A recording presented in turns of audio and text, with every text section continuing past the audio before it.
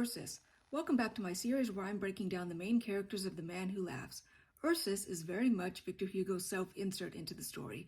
He is a philosopher who is very jaded with society and goes on wonderfully long tangents about it.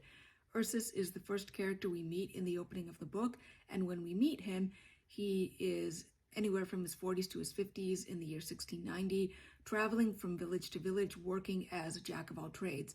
Ursus is a cunning man, meaning he knows how to create folk remedies, how to heal people with folk magic. He knows how to play several musical instruments. He is a ventriloquist.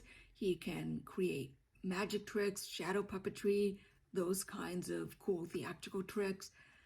And we don't know a lot about Ursus's past. Victor Hugo says that he tells bits and pieces to his audiences, but he contradicts himself or changes his story depending on who he speaks to.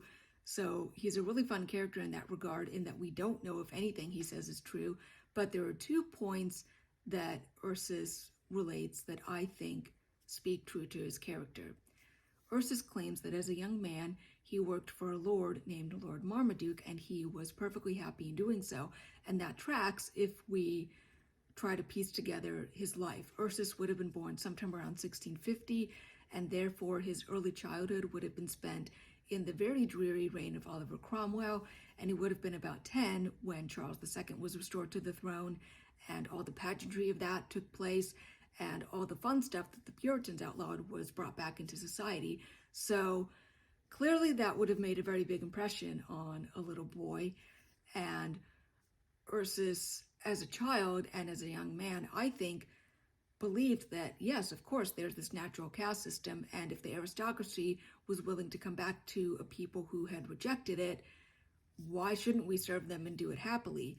But somewhere along the line, Ursus, I believe, became jaded and discovered that the true lord and lady he wished to serve was the lord and lady of nature, or the various deities and land spirits of England's native religion that was there long before Christianity came to England. But of course, he had to be very careful in how he said that. So he tried to express those feelings through his art, through his poetry, but somehow he went too far, and Lord Marmaduke didn't like that. So he threw Ursus into Bedlam on false charges, because the only other thing we know about Ursus in the book is that it's whispered he spent time in Bedlam, although nobody knows why. But you could easily see an aristocrat who didn't like what he had to say throwing him into an insane asylum on false charges. So in my take on him, Ursus, that's how he ended up in Bedlam. He spent an indeterminate amount of time there, and he was finally able to be released when he convinced the staff, and this is a direct quote, that this poor fellow's not mad, he's just a philosopher, let's let him go. If you know anything about the history of Bedlam, it was not a nice place to end up, and a lot of the cures that were used to supposedly help the patients were basically just torturing them, and Ursus would have been subjected to that. So I think his experiences there would have made him even more jaded and angry at humans and society at large. So when he was freed, of course he fled to the forest to live out his life amongst what he felt were less savage creatures, the creatures of the forest, and that is reflected in the fact that he named himself Ursus, which means bear in Latin. We don't know what his birth name was, we just know him as Ursus. And we know that he took in a wolf pup he found in the forest alone, and he named that pup Homo, which means man, as a pun on the Latin phrase homo homini lupus, or man is a wolf to man. So that's all we know of Ursus's past, and he and Homo traveled from village to village, selling herbal remedies, performing their magic shows, doing whatever they can to earn a living, and Ursus would have been perfectly happy to keep that life, just staying on the fringes of the fairgrounds, staying at the edges of the woods, interacting with humans only when he absolutely had to. But one winter's night, 2 lost orphan children came to his door, little Gwynplaine and Dea, and Ursus takes them in, all the while grumbling. What put it in my head to come to this Weymouth? I have not sold anything since morning, and tonight beggars dropped in. Horrid place. I had but 1 potato, 1 crust of bread, a mouthful of bacon, and a drop of milk, and I put it to warm. I said to myself, good, at least tonight I'm going to eat, and then bang, this boy, this crocodile drops in at the very moment. Go on, eat, you shark. How many teeth have you in your jaws? Ursus has that dad energy of complaining that his kids are eating him out of house and home, all the while perfectly fixing their after-school snack just how they like it.